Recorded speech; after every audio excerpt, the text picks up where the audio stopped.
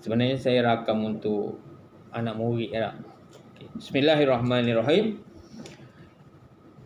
La ikraha fid din.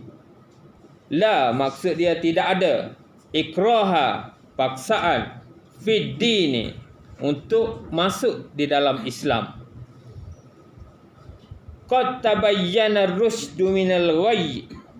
Qad sesungguhnya tabayyana telah jelas rusydu jalan yang benar dan ataupun petunjuk minal ghayy dari ghayy jalan yang sesat atau kekufuran. Faman yakfur bit-taghuti wa yu'min billahi faqad istamsaka bil ghurwatil wuthqa lam fisama laha. Faman maka siapa yang yakfur kafir ataupun engkar bitaghut kepada taghut. Apa itu taghut? Setan-setan, berhala-berhala, hantu-hantu. Apa lagi? Orang kafir, orang-orang sesat, itu dipanggil taghut. Tak. Sama je, jin pun taghut. Walaupun jin tu jin Islam, tak, kita tak tahu, tak pasti lagi tak. Kalau dia bawa kepada jalan yang salah, walaupun dia jin Islam, itu taghut. Tak. Wa yu'min, dan dia beriman billah kepada Allah. Faqadis tamsaka, faqad maka sesungguhnya stamsaka dia telah berpegang teguh bil ghurwati dengan tali, yakni akidah wusqa yang kukuh dan kuat, lam fisama yang tidak putus laha baginya, wallah dan Allah sami'un alim, maha mendengar lagi maha mengetahui. Jadi ayat la ikraha fid din ni tengok asbabun nuzul sekejap.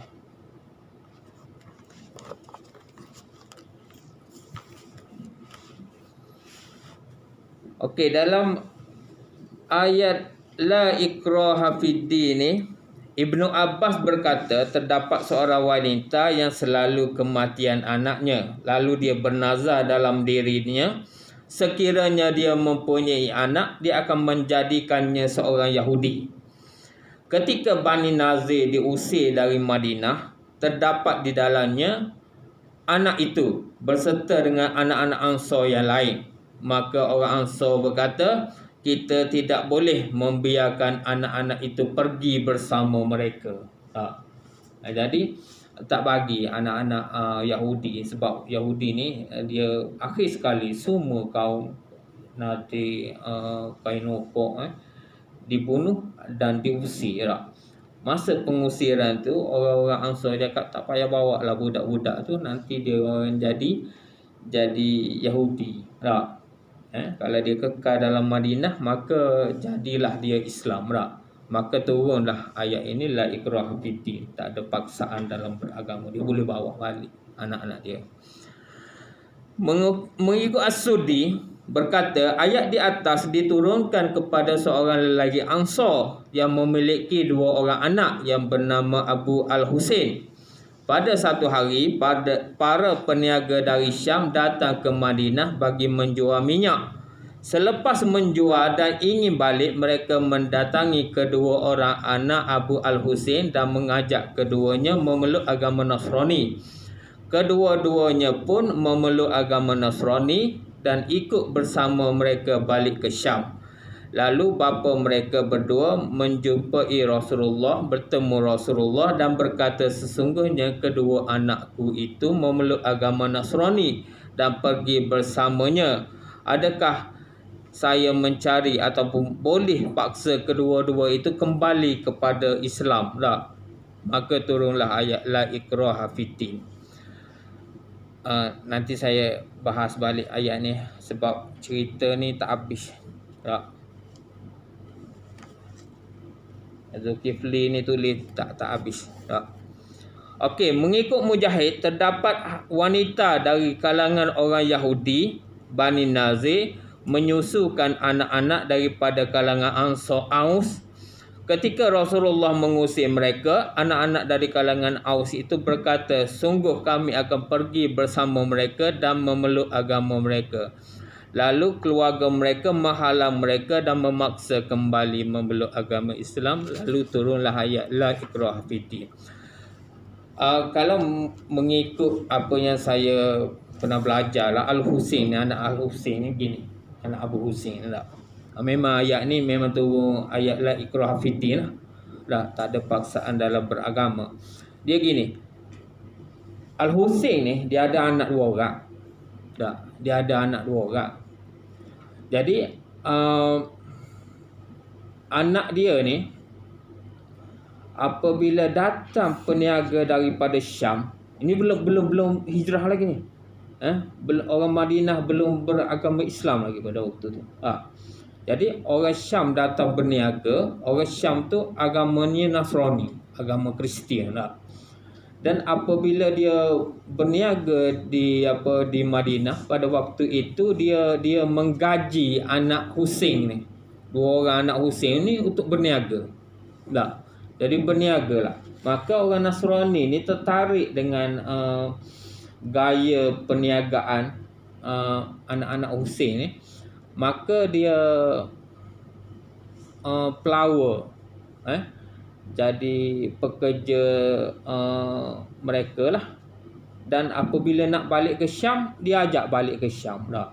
Jadi anak-anak Husain ni ikutlah peniaga tersebut ke Syam dah. Dan hasil daripada mereka ikut pengurus mereka ni, toke mereka ni, mereka telah memeluk agama Nasrani lah. Gitu. Dan apabila Rasulullah SAW berhijrah ke Madinah, lepas tu mula berlaku kepesatan ekonomi di kalangan Aus dan Khazraj. Orang Aus dan Khazraj pun sudah memeluk agama Islam, termasuk Husain. Termasuk Husain.